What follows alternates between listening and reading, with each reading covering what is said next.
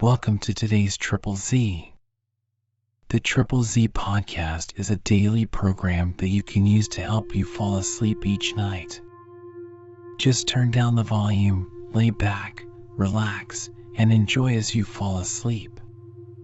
Little Women is a classic novel written by American author Louisa May Alcott.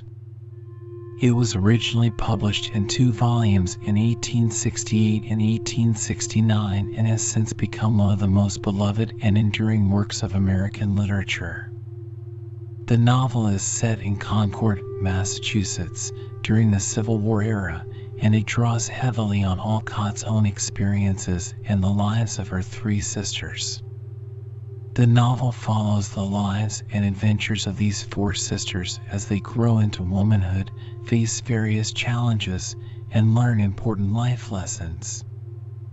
Little Women deals with themes such as family, love, friendship, and the pursuit of individual dreams, while also exploring the societal expectations placed on women in the 19th century. If you enjoy our program, please be sure to write us a review on your podcast platform and share us with a friend. You both might sleep just a little better at night. Our website is ZZZ, that's 3Z's.media. You can also like and share our content on Facebook or our Instagram account ZZZ Media Podcast. Music for today's episode was provided by the Sleep channel on Spotify and Apple Music. Chapter 3, The Lawrence Boy. Joe! Joe! Where are you? Cried Meg at the foot of the garret stairs. Here, answered a husky voice from above, and, running up, Meg found her sister eating apples and crying over the air of Redcliffe, wrapped up in a comforter on an old 3-legged sofa by the sunny window. This was Joe's favorite refuge, and here she loved to retire with half a dozen russets and a nice book to enjoy the quiet and the society of a pet rat who lived nearby and didn't mind her a particle. As Meg appeared, Scrabble whisked into his hole. Joe shook the tears off her cheeks and waited to hear the news. Such fun! Only see! A regular note of invitation from Mrs. Gardner for tomorrow night, cried Meg, waving the precious paper and then proceeding to read it with girlish delight. Mrs. Gardner would be happy to see Miss March and Miss Josephine at a little dance on New Year's Eve. Marmee is willing we should go. Now what shall we wear? What's the use of asking that when you know we shall wear our poplins, because we haven't got anything else? Answered Joe with her mouth full. If I only had a silk, sighed Meg. Mother says I may when I'm 18 perhaps, but 2 years is an everlasting time to wait. I'm sure our pops look like silk, and they are nice enough for us. Yours is as good as new, but I forgot the burn and the tear in mine. Whatever shall I do? The burn shows badly, and I can't take any out. You must sit still all you can and keep your back out of sight. The front is all right. I shall have a new ribbon for my hair, and Marmee will lend me her little pearl pin, and my new slippers are lovely, and my gloves will do, though they aren't as nice as I'd like. Mine are spoiled with lemonade, and I can't get any new ones, so I shall have to go without, said Joe, who never troubled herself much about dress. You must have gloves, or I won't go, cried Meg decidedly. Gloves are more important than anything else.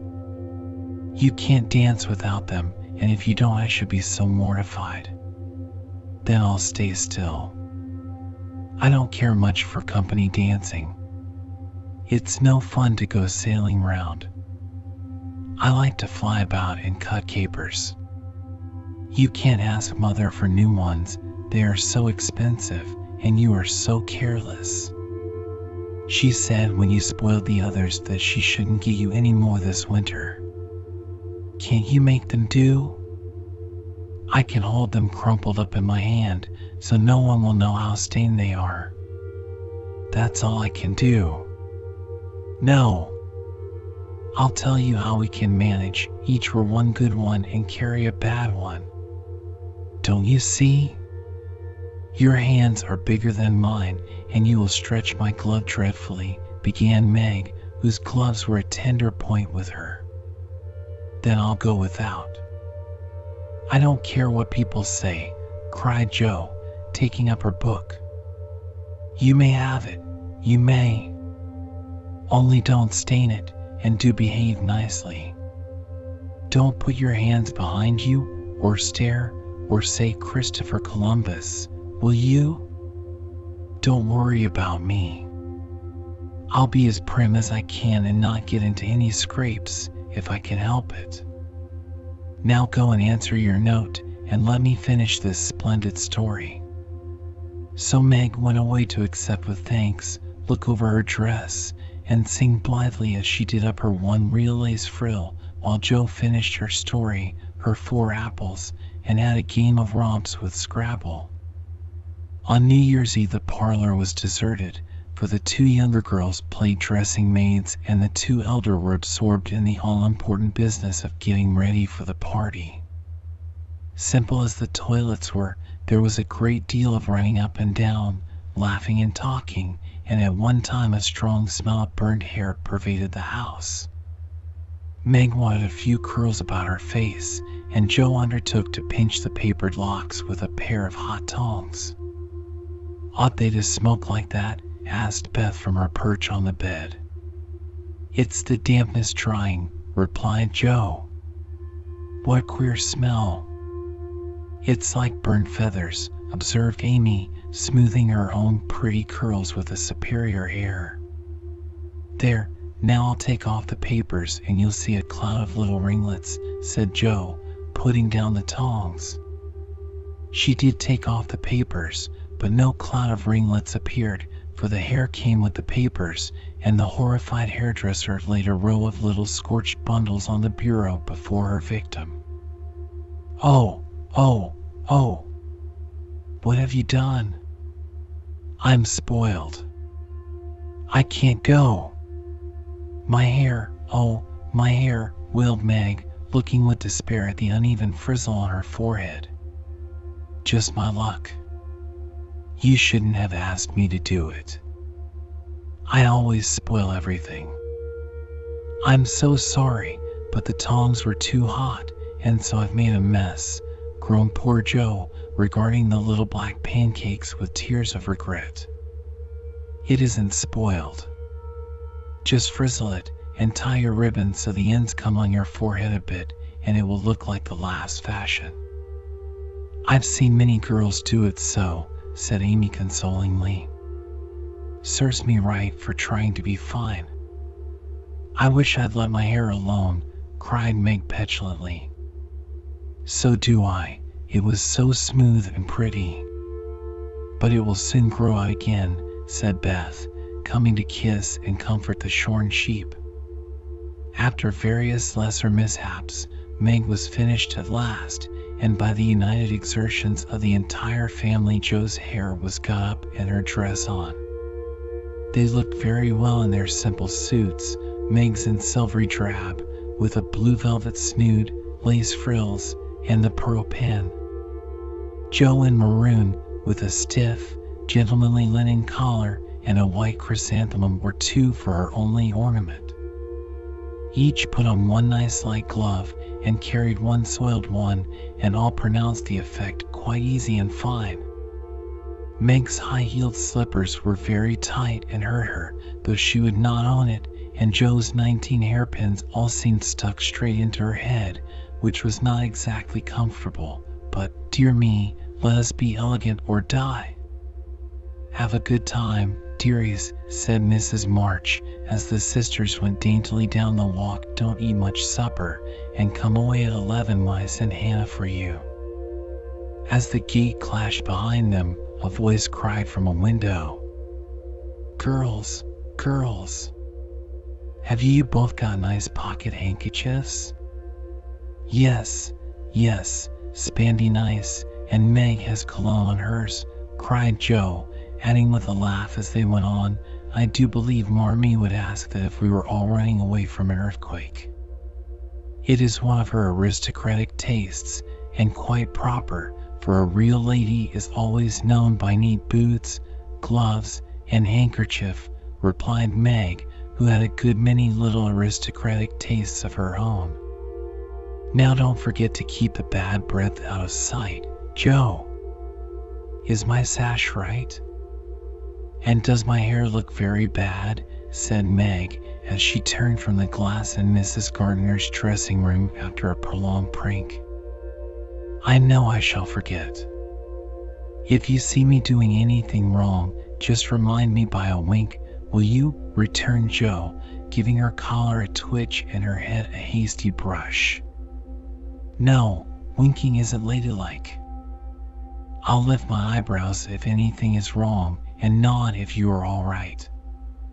Now hold your shoulders straight and take short steps, and don't shake hands if you are introduced to anyone. It isn't the thing. How do you learn all the proper ways? I never can. Isn't that music gay? Down they went, feeling a trifle timid, for they seldom went to parties, and informal as this little gathering was, it was an event to them. Mrs. Gardner, a stately old lady, greeted them kindly and handed them over to the eldest of her 6 daughters.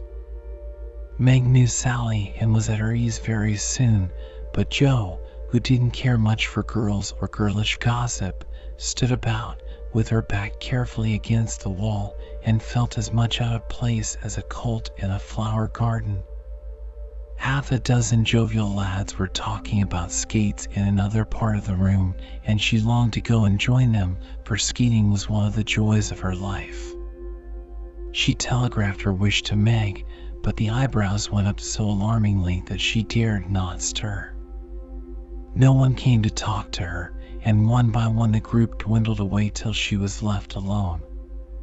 She could not roam about and amuse herself, for the burned breath would show, so she stared at people rather forlornly till the dancing began. Meg was asked at once, and the tight slippers tripped about so briskly that none would have guessed the pain their wearer suffered smilingly. Joe saw a big red-headed youth approaching her corner, and fearing he meant to engage her, she slipped into a curtained recess, intending to peep and enjoy herself in peace. Unfortunately, another bashful person had chosen the same refuge, for, as the curtain fell behind her, she found herself face to face with the Lawrence boy. "Dear me, I didn't know anyone was here," stammered Joe, preparing to back out as speedily as she had bounced in. But the boy laughed and said pleasantly, though he looked a little startled, "Don't mind me, stay if you like." "Shan't I disturb you?" "Not a bit. I only came here because I don't know many people and felt rather strange at first, you know." "So did I. Don't go away, please, unless you'd rather." The boy sat down again and looked at his pumps, till Joe said, trying to be polite and easy, "I think I've had the pleasure of seeing you before. You live near us, don't you?" "Next door."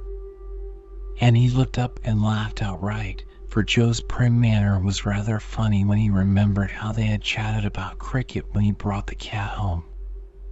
That put Joe at her ease, and she laughed too, as she said, in her heartiest way, "We did have such a good time over your nice Christmas present. Grandpa sent it. But you put it into his head, didn't you, now?" "How is your cat, Miss March?" asked the boy, trying to look sober while his black eyes shone with fun. "Nicely, thank you, Mr. Lawrence." "But I am not Miss March, I'm only Joe," returned the young lady. "I'm not Mr. Lawrence, I'm only Laurie." "Laurie Lawrence, what an odd name." "My first name is Theodore, but I don't like it, for the fellows called me Dora, so I made them say Laurie instead. I hate my name, too, so sentimental. I wish everyone would say Joe instead of Josephine." How did you make the boys stop calling you Dora? I thrashed him. I can't thrash Aunt March, so I suppose I shall have to bear it. And Jo resigned herself with a sigh. Don't you like to dance, Miss Jo? Asked Laurie, looking as if he thought the name suited her. I like it well enough if there is plenty of room and everyone is lively. In a place like this, I'm sure to upset something, tread on people's toes, or do something dreadful, so I keep out of mischief and let Meg sail about. Don't you dance? Sometimes. You see, I've been abroad a good many years and haven't been into company enough yet to know how you do things here. Abroad, cried Jo. Oh, tell me about it. I love dearly to hear people describe their travels. Laurie didn't seem to know where to begin, but Jo's eager questions soon set him going, and he told her how he had been at school in Vevey, where the boys never wore hats and had a fleet of boats on the lake, and for holiday fun went on walking trips about Switzerland with their teachers. Don't I wish I'd been there, cried Jo. Did you go to Paris? We spent last winter there. Can you talk French? We were not allowed to speak anything else at Vevey. Do say some. I can read it, but can't pronounce. Quel nom cette jeune demoiselle en les pantoufles jolies? How nicely you do it. Let me see, you said, who is the young lady in the pretty slippers, didn't you? Oui, mademoiselle. It's my sister Margaret, and you knew it was. Do you think she is pretty? Yes, she makes me think of the German girls. She looks so fresh and quiet and dances like a lady. Jo quite glowed with pleasure at this boyish praise of her sister and stored it up to repeat to Meg. Both peeped and criticized and chatted till they felt like old acquaintances. Laurie's bashfulness soon wore off, for Jo's gentlemanly demeanor amused and set him at his ease, and Jo was her merry self again, because her dress was forgotten and nobody lifted their eyebrows at her. She liked the Lawrence boy better than ever and took several good looks at him, so that she might describe him to the girls, for they had no brothers, very few male cousins, and boys were almost unknown creatures to them. Curly black hair, brown skin, big black eyes, handsome nose, fine teeth, small hands and feet, taller than I am, very polite for a boy, and altogether jolly. Wonder how old he is? It was on the tip of Jo's tongue to ask, but she checked herself in time and, with unusual tact, tried to find out in a roundabout way. I suppose you are going to college soon? I see you pegging away at your books. No, I mean studying hard. And Jo blushed at the dreadful pegging which had escaped her. Laurie smiled but didn't seem shocked and answered with a shrug.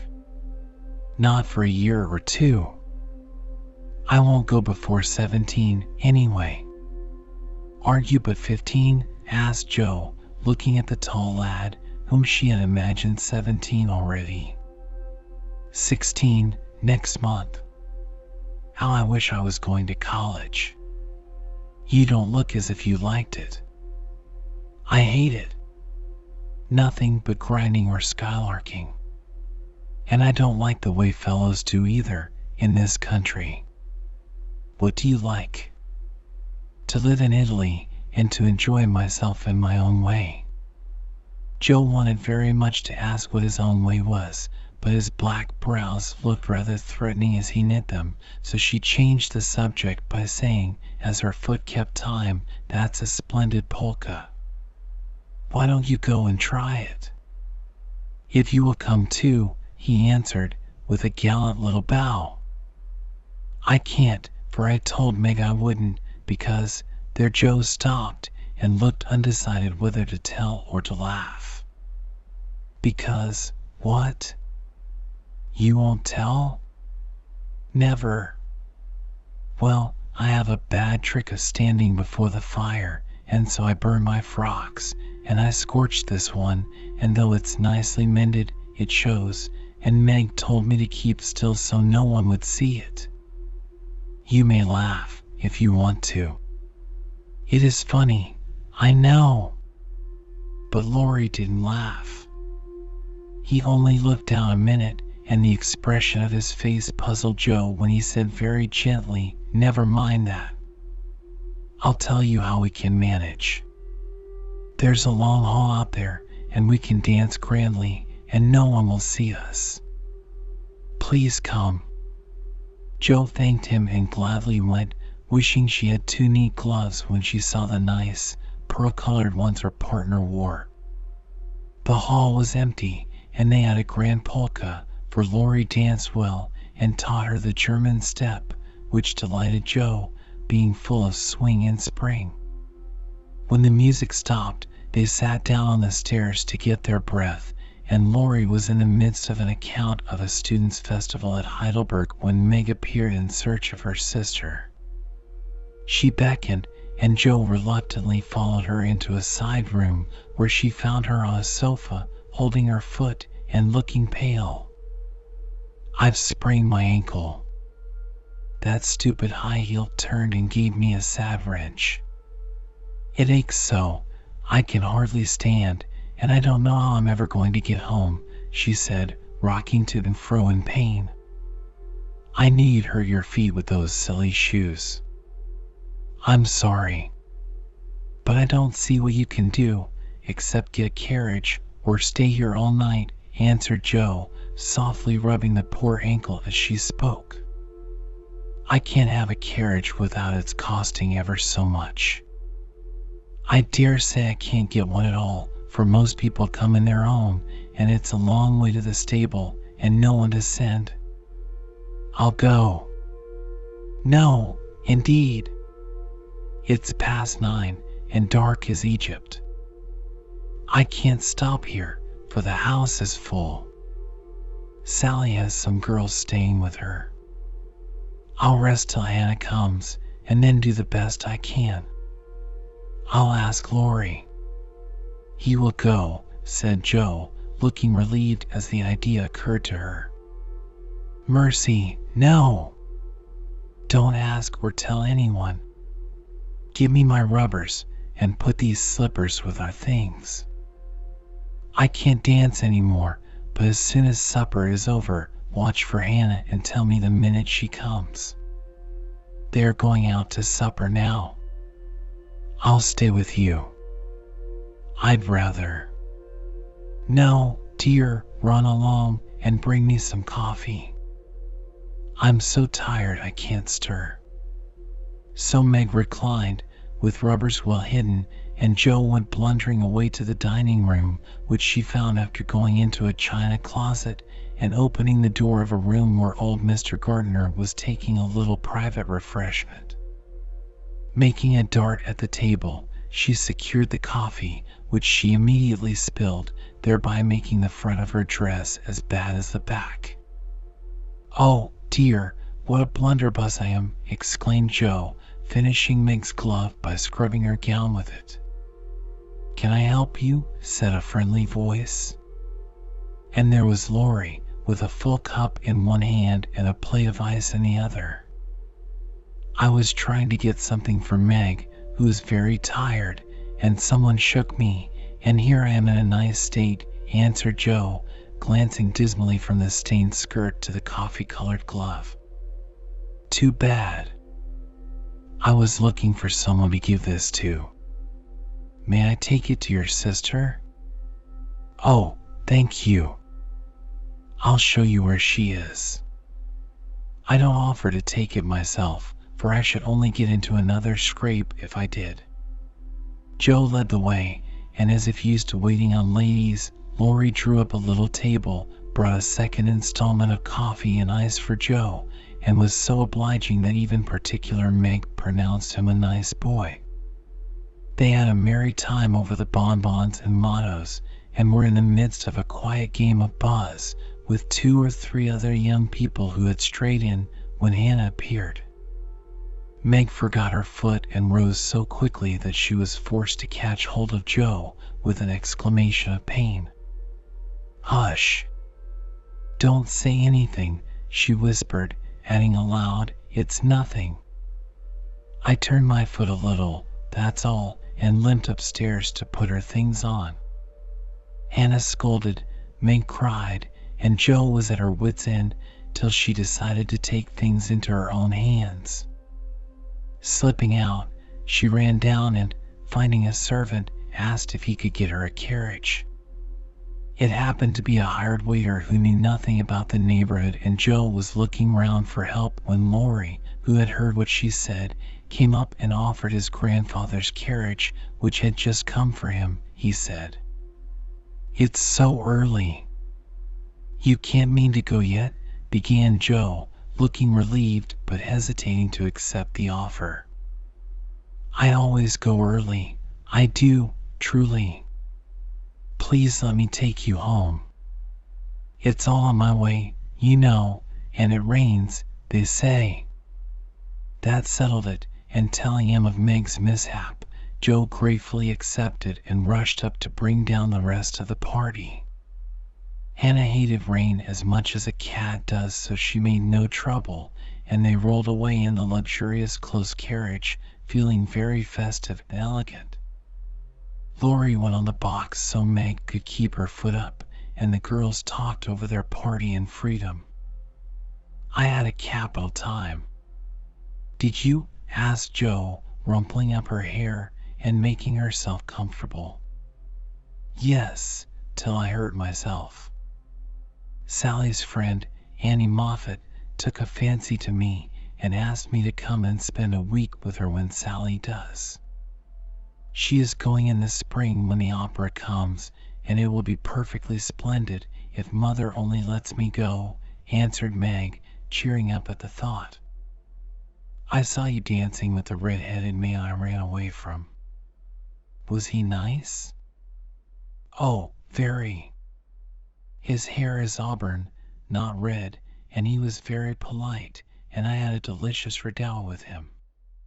He looked like a grasshopper in a fit when he did the new step."